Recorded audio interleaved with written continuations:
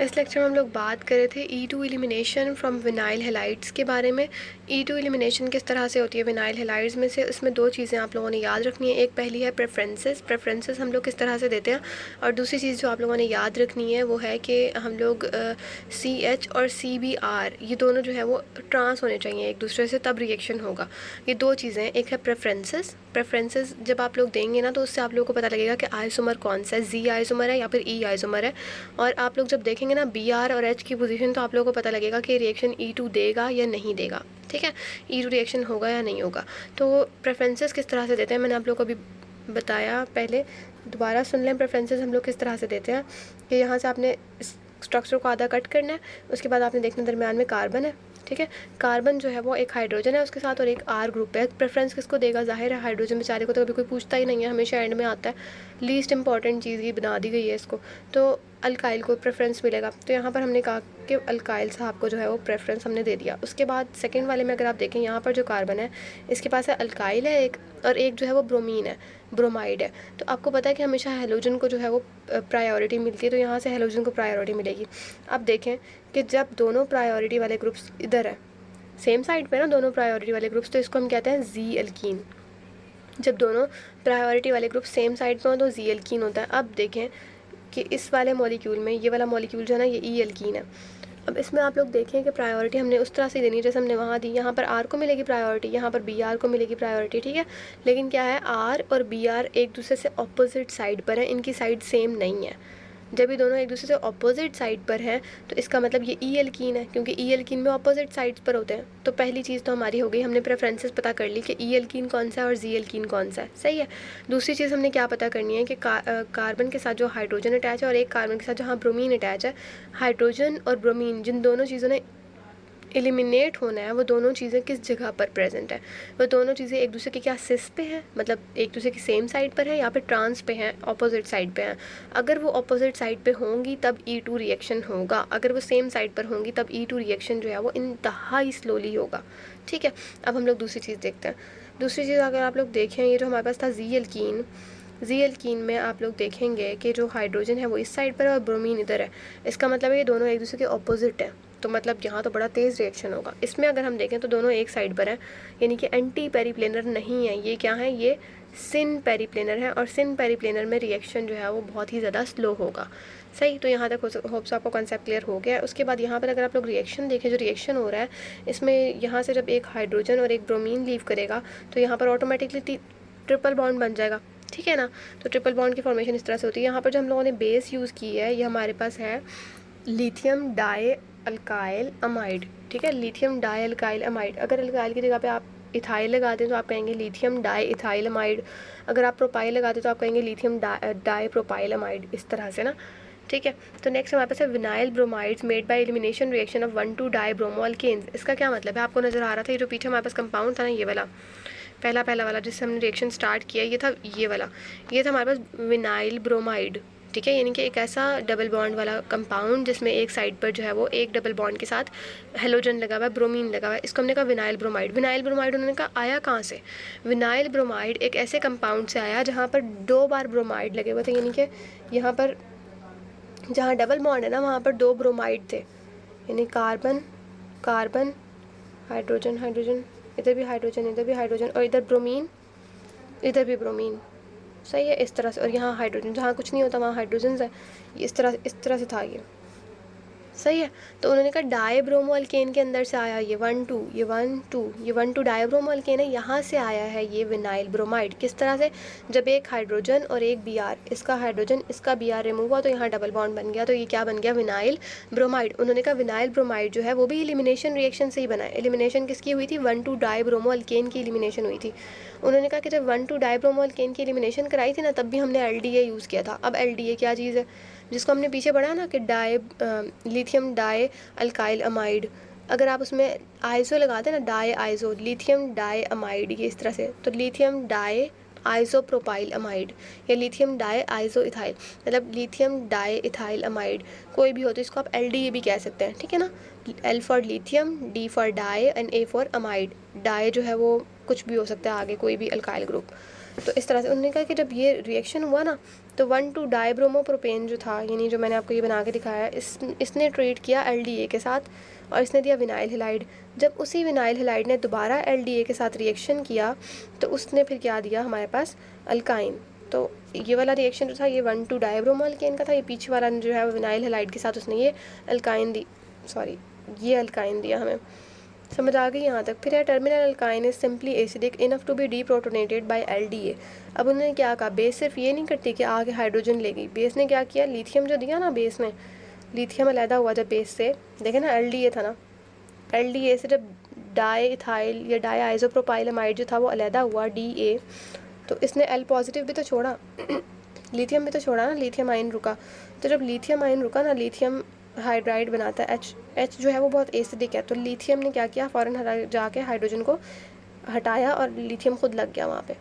ठीक है, मतलब कि ये जो ट्रिपल बॉन्ड था ना ये वाला, इसमें यहाँ से हाइड्रोजन हट के यहाँ पर लिथियम लग जाएगा, तो हम इसको कहेंगे कि लिथियम लिथिएटेड अल्काइन। किस तरह से होगा रिएक्शन, ये आप लोगों को नज़र आ रहा है। यहाँ हमने 3 यूज़ किए मॉलिक्यूल LDA के। किस तरह से, पहले आपके पास था ये 1,2 डाइब्रोमोप्रोपेन, ये डाइब्रोमो था, इसमें पहले एक बार रिएक्शन हुआ, ये R2N नेगेटिव है ना, इसमें से Li निकल गया, मतलब लिथियम जो है वो निकल गया यहाँ से, तो इसलिए नेगेटिव का साइन आया। बेस आई, बेस ने आके प्रोटॉन को एक्सट्रैक्ट किया, प्रोटॉन जैसे ही निकली तो उसने कार्बन ने, साथ वाले कार्बन को सपोर्ट करने के लिए अपना ब्रोमीन भी लूज़ कर दिया, तो यहाँ से एक ब्रोमीन निकल गई, एक हाइड्रोजन निकल गया, यहाँ पर बन गया डबल बॉन्ड। इसके साथ दोबारा यही आकर रिएक्ट करेगा और ये ट्रिपल बॉन्ड बना देगा और इस तरह से रिएक्शन जो है वो होगा। अब क्या हुआ, जो उसने लिथियम छोड़ दिया था, जो लिथियम रिमूव हुआ था, वो लिथियम यहाँ पे आके अटैक करेगा हाइड्रोजन, क्योंकि बहुत एसिडिक है, तो लिथियम यहाँ से हाइड्रोजन को रिमूव करके खुद अटैच हो जाएगा। ठीक है, तो इस तरह से ये रिएक्शन यहाँ तक पहुँच जाता है। उसके बाद नेक्स्ट हमारे पास क्या है कि the radio selectivity of E2 reaction. Radio selectivity का मतलब मैंने आपको पहले भी बताया है कि रेडियो सेलेक्टिविटी का मतलब होता है कि ऐसा मतलब ऐसा आइसोमर या ऐसा, हाँ ऐसे आइसोमर जो लोकेशन ऑफ डबल बॉन्ड की वजह से डिफर कर रहे हो। ठीक है, रेडियो सेलेक्टिविटी एक ऐसी सिलेक्टिविटी, एक ऐसा रिएक्शन जिसमें 2 आइसोमर्स बने और दोनों आइसोमर्स डबल बॉन्ड की लोकेशन की वजह से एक दूसरे से डिफरेंट हो। ठीक है, तो 2 डिसेप्टिवली सिमिलर एलिमिनेशन रिएक्शन, यानी कि 2 सेम ही है, तकरीबन सेम एलिमिनेशन रिएक्शंस है, कंडीशंस जो है वो डिफरेंट है। ठीक है, कंडीशंस जो है वो डिफरेंट है, but overall process is elimination of HX। Overall process क्या है, HX की रिमूवल हो रही है, लेकिन क्या है कि कंडीशंस डिफरेंट हैं। कंडीशंस डिफरेंट किस तरह से हैं, यहाँ पर जो है ना E1 रिएक्शन हो रहा है और यहाँ पर जो है ना ये E2 रिएक्शन हो रहा है। ठीक है, अब जो हमारे पास फर्स्ट वाला है, ये हमारे पास एक अल्कोहल है। जब अल्कोहल रिएक्ट करेगी ना H3PO4 की प्रेजेंस में एट 120 डिग्री सेंटीग्रेड, तो ये एक अल्कीन बनाएगी। अल्कीन किस तरह से कि OH रिमूव हो जाएगा और साथ में एक हाइड्रोजन रिमूव हो जाएगा। ठीक है, तो ये जो प्रोडक्ट बना है इसको हमने कहा ट्राई सब्सटीट्यूटेड। ठीक है, क्योंकि ये टर्शरी वाले के साथ लगा, मतलब टर्शरी वाले कार्बन के साथ बना है ना, मतलब ये वाला सही है। यहाँ पर जो है ये ट्राई सब्सटीट्यूटेड बना था हमारे पास अल्कीन। उसके बाद ये रिएक्शन इतना ही था, ये हो गया, हमें समझ आ गई किस तरह से हुआ है, क्योंकि OH यहाँ से वाटर निकला, ओवरऑल आप कह सकते हो OH नेगेटिव निकला और साथ में हाइड्रोजन निकला। अब अगर आप ये रिएक्शन और ये रिएक्शन बिल्कुल डिफरेंट है। अब अगर आप ये वाला रिएक्शन देखें ना, इसमें हमारे पास जो है वो क्लोरीन प्रेजेंट है एज अ सब्सटीट्यूएंट, OH नहीं है, क्लोरीन है। तो यहाँ पर जो हमने बेस यूज़ किया है पोटाशियम टर्शरी एथॉक्साइड हमने यूज़ की है। पोटाशियम टर्शरी एथॉक्साइड जो है ना ये एक बल्की बेस है, और ये बल्की बेस क्या करती है, ये वहाँ से प्रोटॉन एक्सट्रैक्ट करेगी जहाँ से इसको आसानी महसूस होगी, जहाँ से इसको लगेगा ईजिली यहाँ से रिमूव हो जाएगा। अब क्या होता है नेक्स्ट में कि जब ये रिएक्शन परफॉर्म करेगा ना, तो यहाँ पर क्लोरीन रिमूव होगा और ये जो पोटाशियम टर्शियरी एथॉक्साइड है ये आके यहाँ से वो डिराइव करेगा, प्रोटॉन निकालेगा। जब ये यहाँ से प्रोटॉन निकालेगा तो इस तरह का प्रोडक्ट बनेगा।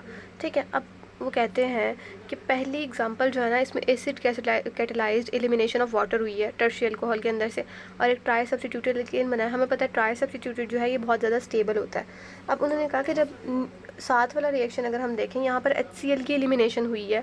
HCl की एलिमिनेशन होने से क्या हुआ कि यहाँ पर डाई सब्स्टिट्यूटेड अल्कीन बनी है। डाई सब्स्टिट्यूटेड अल्कीन सिर्फ एक बनी है और वो डाई सब्स्टिट्यूटेड है, और डाई सब्स्टिट्यूटेड तो इतनी ज़्यादा स्टेबल नहीं होती है, तो लेस स्टेबल प्रोडक्ट बनाया है। तो इसने लेस स्टेबल प्रोडक्ट क्यों बनाया है, उसकी वजह यह है कि यहाँ पर जो हम लोगों ने बेस यूज़ की थी वो एक स्टीरिकली हिंडर्ड बेस थी, एक बहुत बल्की बेस थी, जिसने जहाँ से प्रोटॉन उसको सबसे ज़्यादा आसान लगा उसने वहाँ से एक्सट्रैक्ट कर दिया प्रोटॉन को। फिर हमारे पास है reason for two different regioselectivities is a change in mechanism. उन्होंने कहा मैकेनिज्म का फ़र्क है। मैकेनिज्म में कैसे फ़र्क है कि जो वाटर की एलिमिनेशन हुई है वो E1 रिएक्शन के थ्रू हुई है। E1 रिएक्शन के थ्रू किस तरह से हुई है कि उसमें जो है OH रिमूव हुआ और उसके बाद हाइड्रोजन रिमूव हुई। लेकिन सेकेंड एलिमिनेशन जो है वो एक स्ट्रॉन्ग हिंडर्ड बेस ने कराई है जिसने E2 रिएक्शन दिया। हमें पता है ना, अगर बेस जो है वो वीक हो तो वो हमेशा E1 को सपोर्ट करती है, और अगर बेस जो है वो बहुत स्ट्रॉन्ग हो, जितनी ज़्यादा स्ट्रॉन्ग बेस होगी उतना ज़्यादा E2 रिएक्शन को वो सपोर्ट करेगी। तो यहाँ इसकी एक मेजर रीज़न यही थी। नेक्स्ट हमारे पास है कि why does E2 give less substituted product. ये एक इंपॉर्टेंट शॉर्ट क्वेश्चन में आ सकता है, इसमें हमारे पास लॉन्ग में भी आ सकता है। इसमें हमारे पास है कि E2 ने लेस सब्सटीट्यूटेड प्रोडक्ट क्यों दिया, मतलब उसने डाई सब्सटीट्यूटेड क्यों दिया, उसने ट्राई सब्सटीट्यूटेड क्यों नहीं दिया। तो इसकी रीज़न हम लोग यहाँ पढ़ेंगे, या ये सारी थ्योरी पढ़ने से पहले हम लोग एग्जांपल देखते हैं इसकी। इसमें हमारे पास वो वाला मॉलिक्यूल जो पीछे था, ठीक है, इसको हमने जो है वो कन्फर्मेशन में लिखा है, चेयर कन्फर्मेशन में। यहाँ पर हमारे पास मिथाइल था और क्लोरीन था। अब आपको पता है कि इस जगह पर यहाँ पर CH बॉन्ड और CX बॉन्ड कहीं पर भी एंटी पेरीप्लेनर नहीं है, ठीक है। जब एंटी पेरीप्लेनर नहीं है ना, इसका मतलब है कि रिएक्शन इस तरह से नहीं हो सकता। पहले इसको एंटी पेरीप्लेनर लाना पड़ेगा, बल्कि सॉरी यहाँ पर ना जो है वो एंटी पेरीप्लेनर है, लेकिन यहाँ पर बल्कि बेस का एक मेजर रोल है। और वो मेजर रोल क्या है कि जब बल्कि बेस अटैक करती है ना, तो हमेशा वो लेस सब्सटीट्यूटेड हाइड्रोजन्स को ढूंढती है। अब यहाँ पर लेस सब्सटीट्यूटेड प्रोटॉन्स जो हैं वो नीचे वाले तो नहीं है, क्योंकि इनके साथ तो कार्बन्स लगे हुए हैं इतने सारे, और ये जो है स्टेटिकली हिंडर्ड है, ठीक है, और बेस भी बल्कि है, और ये हाइड्रोजन भी सब्सटीट्यूटेड है, तो ये इनको नहीं निकालेगी। वो क्या करेगी, इन अगर यहाँ को निकालती ना तो फिर ट्राई सब्सटीट्यूटेड बन सकता था, लेकिन उसने क्या किया उसने निकाला मिथाइल जो लगा हुआ था ना, इसके साथ जो 3 हाइड्रोजन्स थे उसमें से उसने एक हाइड्रोजन निकाल लिया। जब इसने यहाँ वाले में से एक हाइड्रोजन निकाला तो जाहिर है बॉन्ड फिर बाहर ही बनना था ना, डबल बॉन्ड फिर बाहर बन गया। तो इस वजह से यहाँ पर जो है इसने डाई सब्स्टिट्यूटेड बनाया जो कि लेस स्टेबल था। क्यों? क्योंकि उसने बल्कि बेस कभी भी हाईली स्टेरिकली हिंड्रेड प्रोटॉन को एक्सट्रैक्ट नहीं करती। यहाँ पर जो प्रोटॉन्स हैं दोनों, ये दोनों स्टेरिकली हिंडर्ड है, इस वजह से बल्कि बेस इनको रिमूव नहीं करेगी, बल्कि क्या करेगी कि मिथाइल ग्रुप से जो है एक हाइड्रोजन निकाल लेगी। नेक्स्ट हमारे पास वही चीज़ें बताई गई हैं, बल्कि पीछे वाला रह गया। There is no problem getting CH bond anti periplanar to leaving group. उन्होंने कहा है कि कोई प्रॉब्लम नहीं है, CH बॉन्ड्स तो अवेलेबल हैं, ये यहाँ पर जो CH बॉन्ड्स हैं ये अवेलेबल हैं ना, एंटी पेरीप्लेनर हैं, तो फिर क्यों नहीं हुआ रिएक्शन? इसलिए नहीं हुआ क्योंकि बल्कि बेस थी, बल्कि बेस जो है वो सब्स्टिट्यूटेड प्रोटॉन्स को नहीं निकालती। In the conformation with chlorine axial there are 2 equivalent ring hydrogen available for elimination. ये वही बात दोबारा कर दी कि एलिमिनेशन के लिए है। अगर इन दोनों में से जो 2 हाइड्रोजन अवेलेबल थी, अगर इनमें से कोई एक निकलती ना तो यकीनन प्रोडक्ट जो है वो ट्राई सब्स्टिट्यूटेड होता, लेकिन इन दोनों में से नहीं निकली,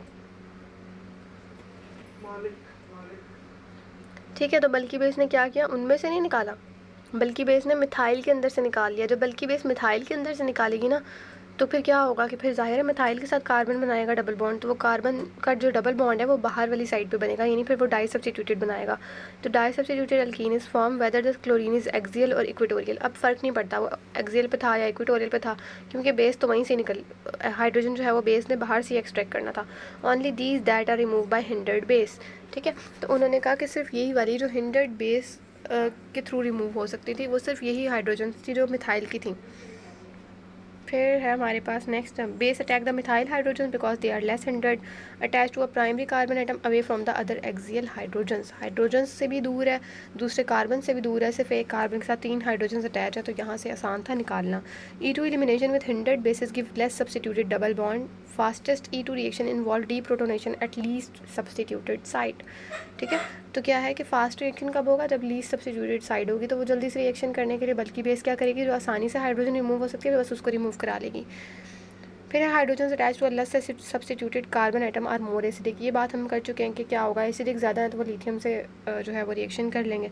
conjugate bases tertiary butyl anion more basic than methyl anion alkanes less acidic. इसमें उन्होंने क्या कहा है कि जो टर्शियरी ब्यूटाइल एनाइन बन रहा था ना पीछे, ये वाला यहाँ से जो एनाइन बन रहा था, ये ज़्यादा जो है वो मिथाइल से ज़्यादा बेसिक था, ठीक है। टर्शियरी ब्यूटाइल एनाइन जो बना ये ज़्यादा बेसिक था, तो अल्केन्स जो थे वो लेस एसिडिक थे। स्टीरिक फैक्टर्स जो थे वो एविडेंट है कि E2 रिएक्शन हुआ है। ज़ाहिर है स्टीरिक फैक्टर्स आपको पता था कि जो है स्टीरिक फैक्टर्स जहाँ पर होंगे वहाँ पर E2 इतना अच्छा नहीं होता, लेकिन यहाँ पर क्या है कि स्टीरिक बल्कि आई थिंक सो E2 होता है। तो इसमें यहाँ पर ये आपने देखना है कि बेस जो है वो कभी भी सब्सटीट्यूटेड हाइड्रोजन नहीं निकालेगी। Changing base from ethoxide to tertiary butoxide alters major product from more to less substituted alkene. उन्होंने क्या कहा, उन्होंने कहा कि अगर आप लोग बेस चेंज करेंगे ना तो इसका इफ़ेक्ट होगा। अगर आप एथोक्साइड पहले यूज़ कर रहे हैं और फिर आप उसको चेंज कर देते हैं टर्शियरी ब्यूटोक्साइड से, तो वो यकीनन प्रोडक्ट को जो सब्स्टिट्यूटेड अल्कीन्स हैं उसमें ज़्यादा या कमी का बायस बनेगा। यानी कि आपको देखना पड़ेगा कि आप बेस कैसे यूज़ कर रहे हैं। अगर आपकी बेस बहुत ज़्यादा बल्की है तो वो यकीनन E2 को प्रमोट करेगी, लेकिन क्या होगा कि लेस सब्स्टिट्यूटेड प्रोडक्ट बनेगा। और अगर आपकी बेस जो है वो बल्की नहीं है तो फिर दो तरह के प्रोडक्ट्स देगी। ठीक है, इस तरह से होता है। उसके बाद है, हाँ, उसके बाद हमारे पास लास्ट स्लाइड है। इसमें आपको एक नज़र आ रहा है स्ट्रक्चर। उसमें उन्होंने कहा कि यहाँ पर बस जो है वो एक इसका आप कह सकते हैं कि ये एक प्रोडक्ट है जिसमें आपके पास ब्रोमीन भी है। ये कैसे देगा अल्कीन, किस तरह से प्रोड्यूस करेगा ये अल्कीन, इस तरह से प्रोड्यूस करेगा। आप दो तरह की बेस यूज़ करेंगे।